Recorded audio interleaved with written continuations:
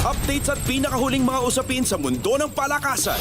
Atin ang pakinggan dito sa Ang Pilipinas Ngayon. Magandang araw. Narito na po ang sports balita. Pinabagsak ng Meralco Bolts ang Macau Black Bears 97-85 sa pagbubukas ng East Asia Super League o EASL nitong Miyerkules na ginanap sa Mall of Asia Arena.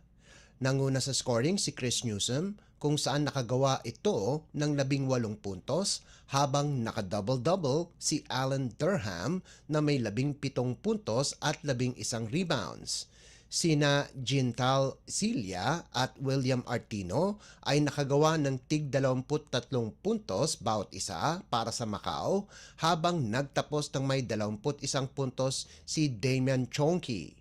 Sa naunang laban, bigo naman ang San Miguel Beermen laban sa Suwon KT Sonic Boom ng Korea 87-81. Nagtapos si EJ Anosike ng may 34 na puntos habang nagdagdag si Junmar Fajardo ng 19 na puntos para sa Beermen. Nanguna naman si Rayshawn Hammonds para sa koponan ng Korean Basketball League ng may 39 na puntos habang sina Hyo Hoon at Han Hui Won ay nakalikom ng 17 at 14 na puntos ayon sa pagkakasunod.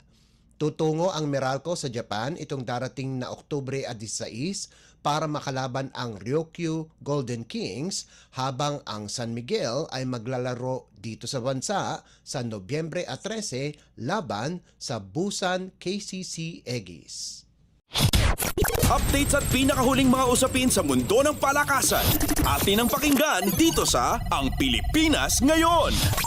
Tinalo ng University of the East ang Ateneo de Manila University 69-62 nitong Miyerkules sa UAAP Season 87 na ginanap sa Smart Araneta Coliseum. Dahil sa panalo, napalawig ng Red Warriors ang kanilang sunod-sunod na panalo sa 4 at naputol ang kanilang 14 na sunod-sunod na pagkatalo sa Blue Eagles. Naka-double-double si Precious Momoway kung saan nakagawa ito ng 18 puntos at 15 rebounds kasama pa ang 3 assist, 1 steal at 1 tapal habang nakagawa ng 13 puntos si Welio Lingo-Lingo para mapaganda ang record ng UE sa 4-2 at kunin ang unang panalo laban sa Ateneo sa loob ng 9 na taon. Nanguna naman para sa Blue Eagles sina Josh Lazaro at Sean Tuano na kapwa nakascore ng 14 puntos bawat isa para sa 1-5 kartada ng Ateneo. Samantala, nananatiling perpekto sa loob ng 6 na laro ang University of the Philippines pagkaraang talunin ang University of Santo Tomas 81-70. Nanguna para sa Fighting Maroons sina Harold Alarcon na may 16 na puntos at si Francis Lopez na nagtapos na may 15 puntos.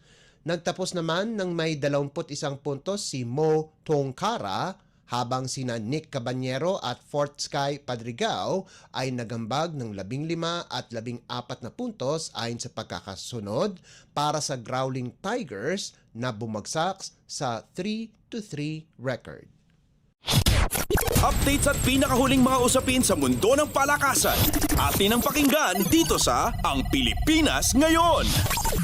Sinira ng Far Eastern University ang hangarin ng University of Santo Tomas na maging perpekto ang kanilang kampanya sa 2024 V-League Women's Collegiate Challenge kung saan nanalo ang FEU sa loob ng 5 sets sa larong ginanap sa PhilSports Arena.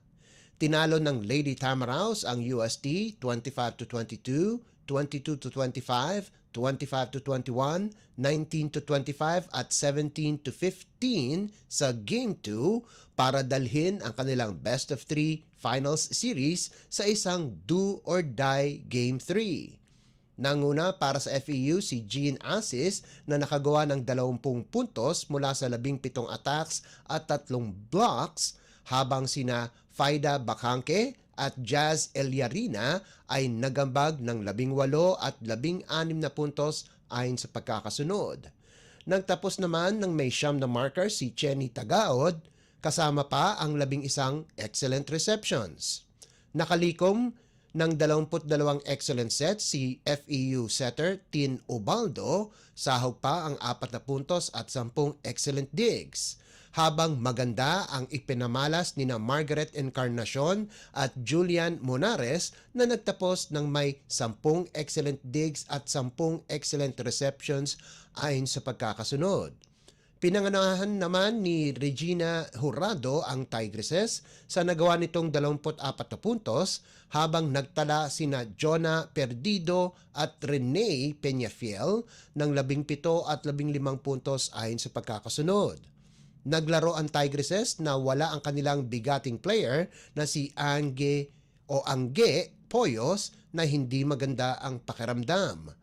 Nakatakda namang ganapin ang Game 3 itong darating na Biyernes. Updates at pinakahuling mga usapin sa mundo ng palakasan. Atin ang pakinggan dito sa Ang Pilipinas Ngayon. At yan ang pinakahuling balita sa larangan ng palakasan. Para sa Radyo Pilipinas World Service, ito po si Leo Magpayo. Magandang araw. Updates at pinakahuling mga usapin sa mundo ng palakasan. Atin ang pakinggan dito sa Ang Pilipinas Ngayon.